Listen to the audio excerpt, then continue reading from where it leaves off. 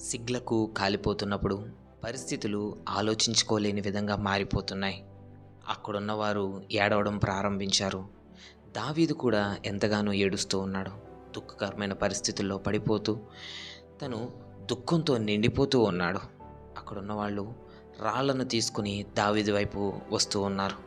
దావీదు విశ్వాసంతో జీవించలేదు కాబట్టి దేవుడు కష్టాలు, ఇబ్బందులు ఇస్తూ విశ్వాసాన్ని ఉపయోగించి వీటన్నిటినీ ఎదుర్కొనే విధంగా దావీదుని దేవుడు నడిపిస్తూ ఉన్నాడు. నేను ప్రార్థించినప్పుడు దేవుడు ద్వారా పొందుకోగలుగుతాను. ఎప్పుడైతే ఆయన మీద మనం ఆధారపడి జీవించే జీవితం వైపు నడిపించబడుతున్నామో వాటి ద్వారా దేవుడు సంతోషిస్తూ ఉన్నాడు. ఆయన కనికరాన్ని చూపించాలనుకుంటున్నాడు.